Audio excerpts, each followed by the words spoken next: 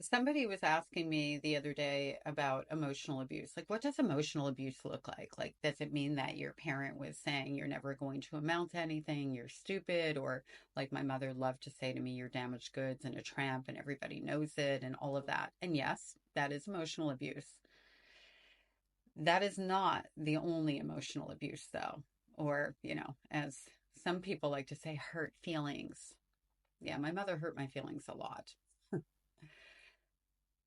For a lot of adult survivors of narcissistic abuse in particular, one of the struggles that we have is explaining how it is our parent emotionally abused us. And even when we find stories to give examples, some people will go, well, is that really a big deal? Because it sounds like one isolated incident. With narcissistic abuse, one of the reasons it's so incredibly damaging, especially to a child growing up in that, because that's your only frame of reference as to what the world is all about and who you are in it, it's next level damaging.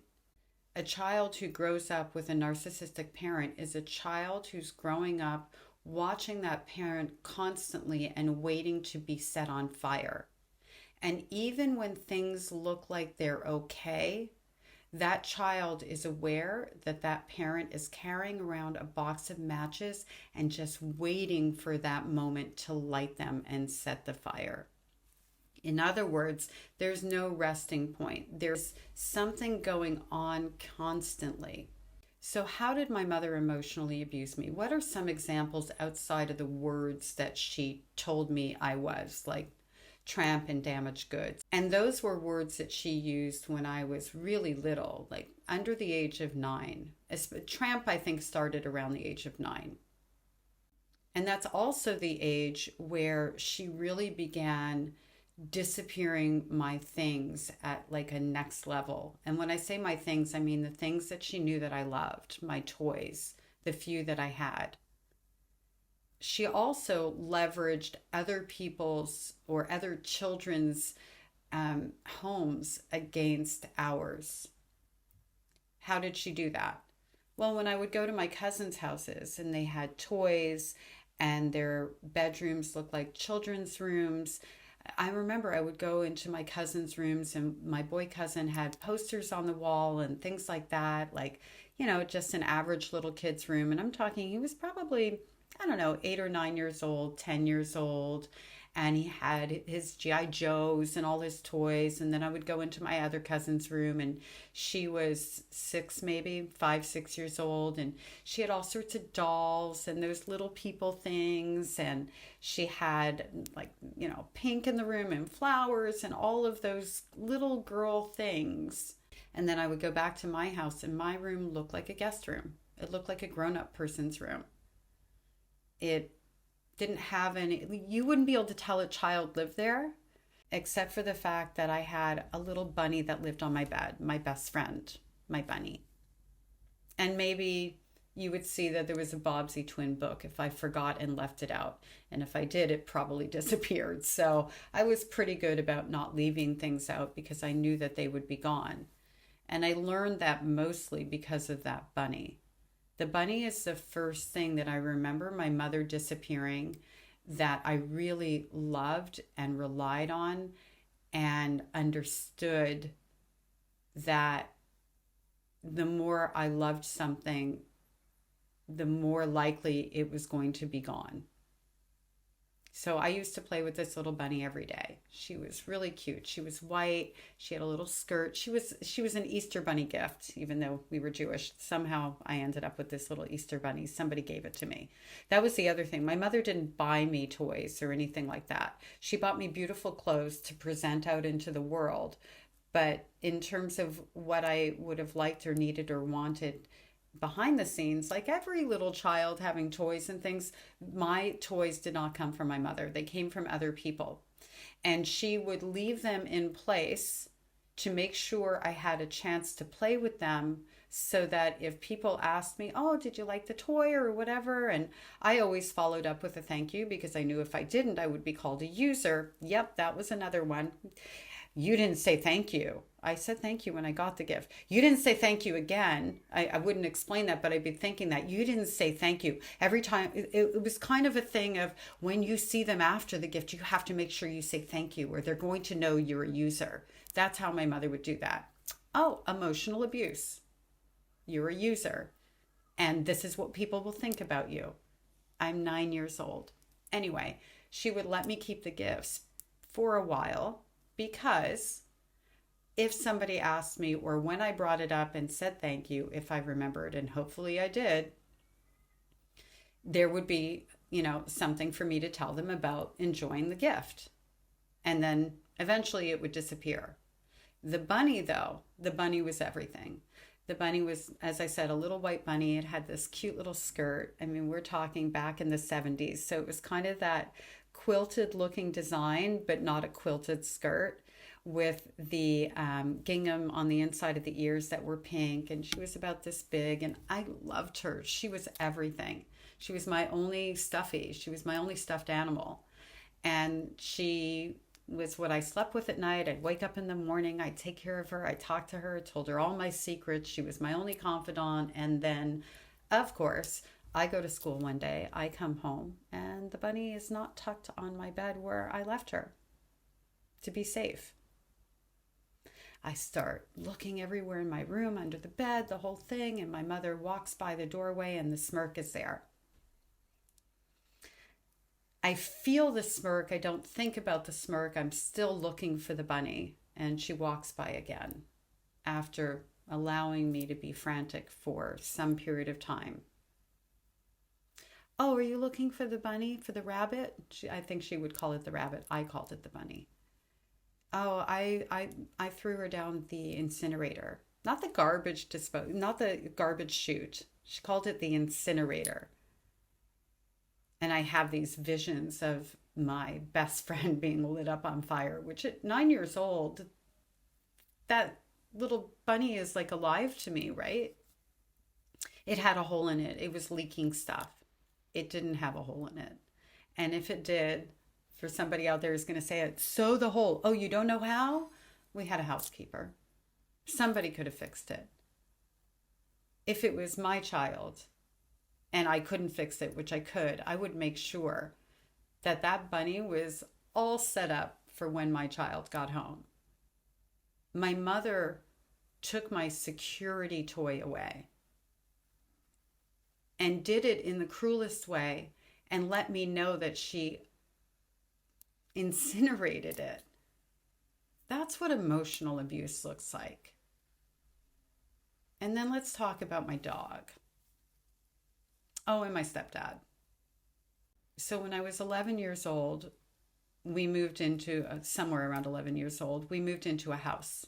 And my dad, my stepfather, I don't like calling him my stepfather, my dad wanted to get me a dog for my birthday. And true to form, my mother had to get the dog that cost the most money, that had the most pedigree, and the whole 9 yards. So here we go to shop for this dog at a breeder's.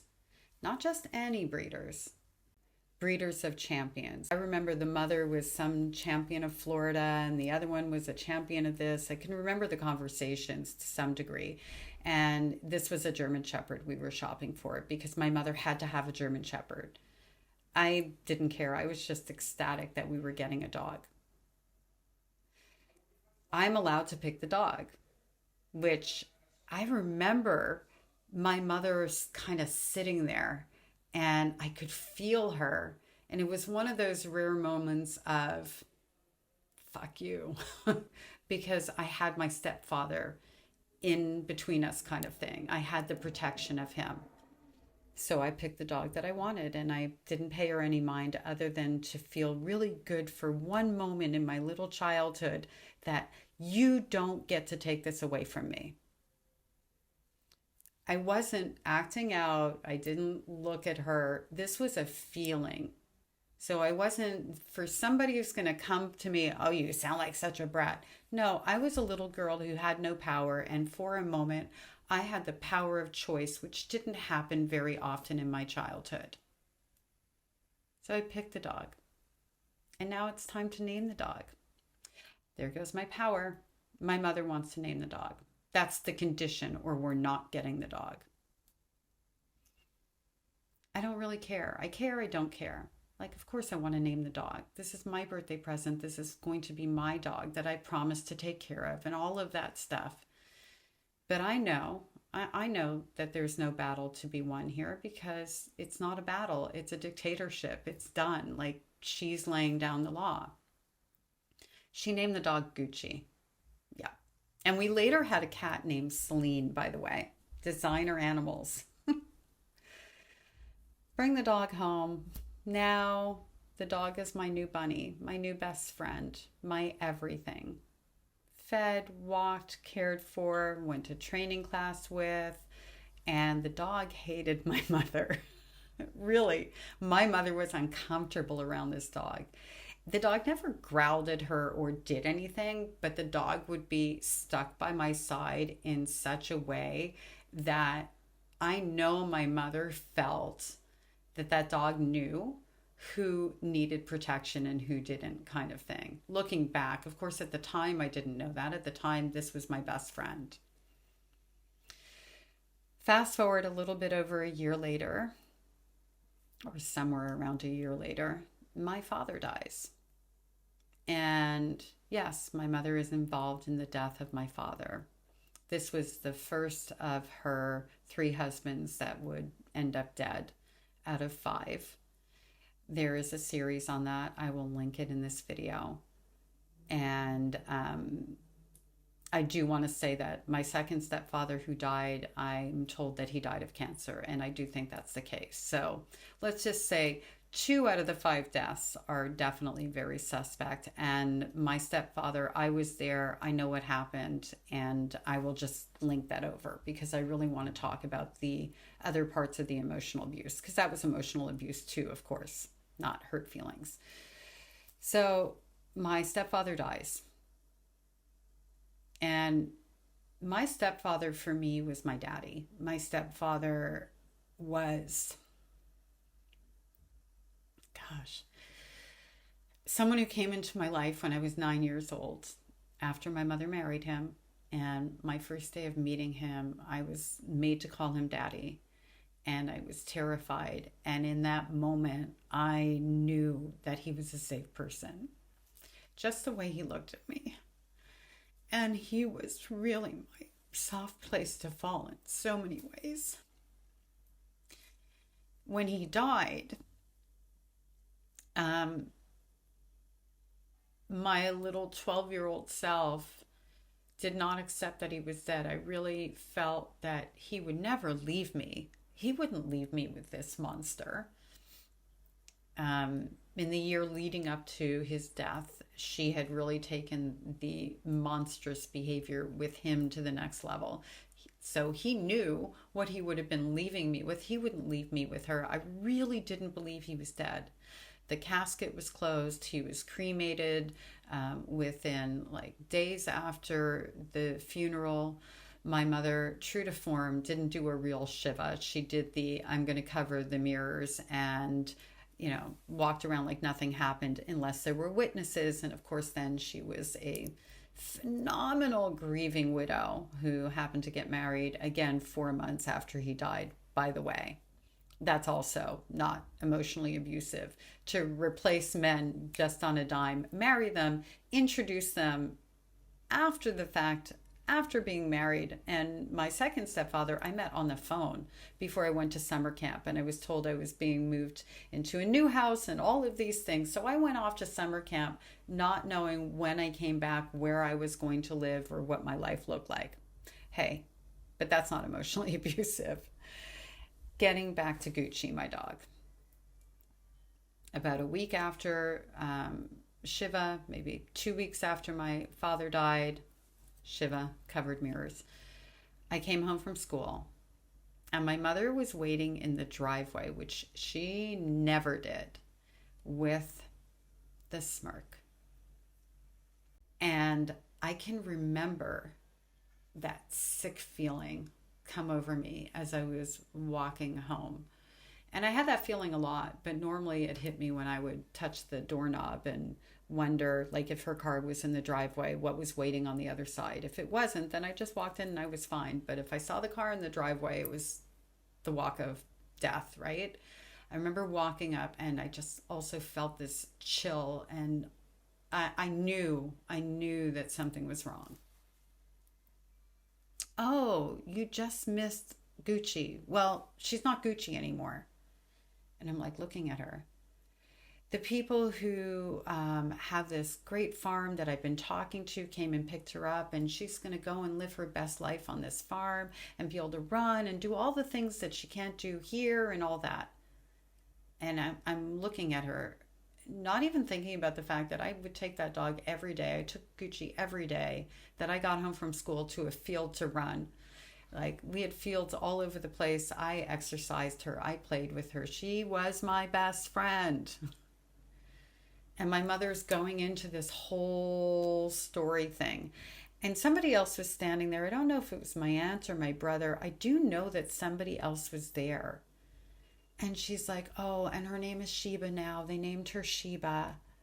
And like, she's just going to live her best life. Like, she's telling me in this way to look consoling while ripping my heart out in reality. I will leave you with that example of emotional abuse.